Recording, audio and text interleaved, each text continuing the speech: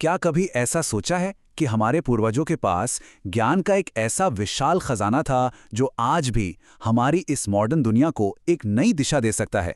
चलिए, आज भारतीय ज्ञान प्रणाली यानी आईकेएस की इसी हैरान कर देने वाली दुनिया में उतरते हैं। ये शब्द किसी और के नहीं, बल्कि दुनिया के सबसे महान वैज्ञानिकों में से एक एल्बर्ट आइंस्टाइन के हैं। और ये सिर्फ एक छोटी सी झलक है, एक इशारा कि भारतीय ज्ञान प्रणाली की जड़ें कितनी गहरी हैं, जहां से दुनिया ने न जाने कितना कुछ सीखा। तो आखिर ये भारतीय ज्ञान प्रणाली है क्या चीज? देखिए, ये सिर्फ कुछ पुरानी किताबें या पुराने विचार नहीं हैं। ये जिंदगी को देखने का एक पूरा नजरिया है, एक होलिस्टिक अप्रोच।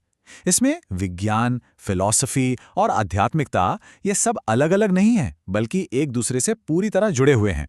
और इसका असली मकसद है मुक्ति। जैसा कि कहा भी गया है, सा विद्या या विमुक्ते, यानी सच्चा ज्ञान तो वो है जो इंसान को हर तरह के बंधन से आजाद कर दे।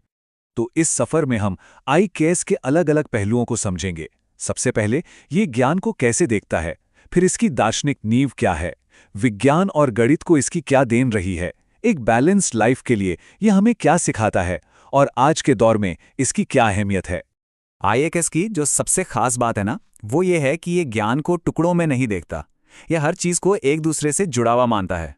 ये उस वेस्टर्न नजरिए से काफी अलग है, जहां चीजों को अक्सर अलग अलग करके समझा और परखा जाता है।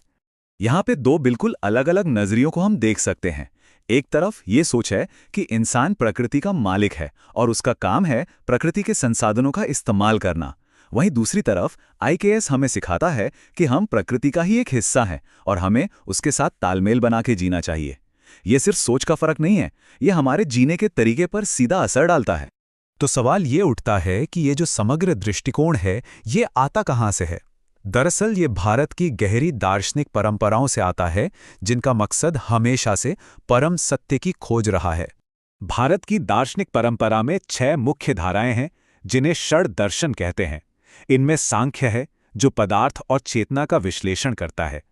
फिर योग है, जो मन को साधना सिखाता है।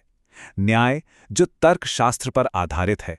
वैशेषिक, जो एटॉमिक थ्योरी यानी परमाणु सिद्धांत की बात करता है।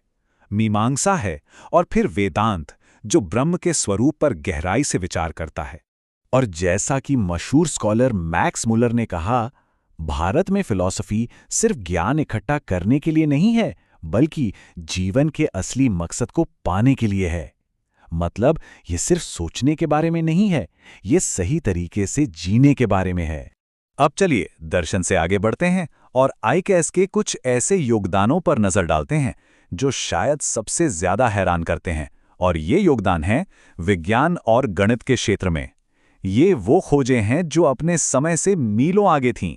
सोचिए, शून्य जीरो। आज के मॉडर्न मैथ की जो नींव है, वो जीरो का कॉन्सेप्ट भारत की ही देन है। जीरो के बिना ना तो डेसिमल सिस्टम होता और ना ही आज के कंप्यूटर एल्गोरिदम काम कर पाते। ये एक क्रांति थी। और सिर्फ जीरो ही नहीं, 5वीं सदी में जब दुनिया के कई हिस्सों में गणित शुरुआती दौर में था, तब हमारे गणितज्ञ आर्यभट्ट ने पाई की वैल्यू 3.1416 तक कैलकुलेट कर ली थी। उस जमाने के हिसाब से ये एक अविश्वसनीय सटीकता थी। और लिस्ट यहीं खत्म नहीं होती। पाइथागोरस से सदियों पहले बोधायन ने उस थ्योरम का जिक्र किया था जिसे आज हम पाइथागोरस थ्योरम के नाम से जानते हैं। कणाद ने एटॉमिक थ्योरी दी और भास्कराचार्य द्वितीय ने तो न्यूटन से भी बहुत पहले गुरुत्वाकर्षण के बारे में लिखा था। ये सारी खोजें उस दौर की एडवांस सोच को दिखाती हैं।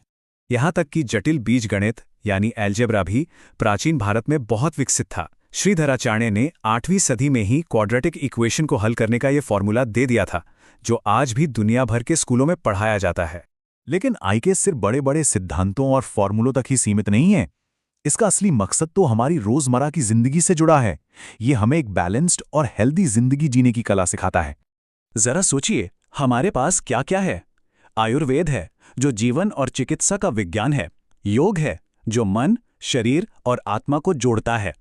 वास्तुशास्त्र है, जो हमारे रहने की जगह को बेहतर बनाता है। और तो और नाट्यशास्त्र भी है, जो कलाओं का विज्ञान है। ये सब आईकेएस के प्रैक्टिकल पहलू हैं। और इन सभी अलग अलग प्रणालियों के पीछे एक कॉमन आइडिया है, एक यूनिफाइंग प्रिंसिपल, और वो है पंच महाभूत का सिद्धांत। यानी पृथ्वी, जल, अग्नि, वायु और आकाश। ये माना जाता है कि इस ब्रह्मांड की हर चीज, यहां तक कि हमारा शरीर भी इन्हीं 5 तत्वों से मिलकर बना है। तो सवाल ये उठता है कि ये सारा प्राचीन ज्ञान आज के इस हाईटेक दुनिया में क्यों मायने रखता है? सच कहूं तो इसकी जरूरत शायद आज पहले से कहीं ज्यादा है। आज की भागदौड़ भरी जिंदगी में जहां स्ट्रेस और एंग्जाइटी इतनी आम हो गई हैं, आईकेएस हमें अंदरूनी संतुलन और प्रकृति से जुड़ाव का रास्ता दिखाता है।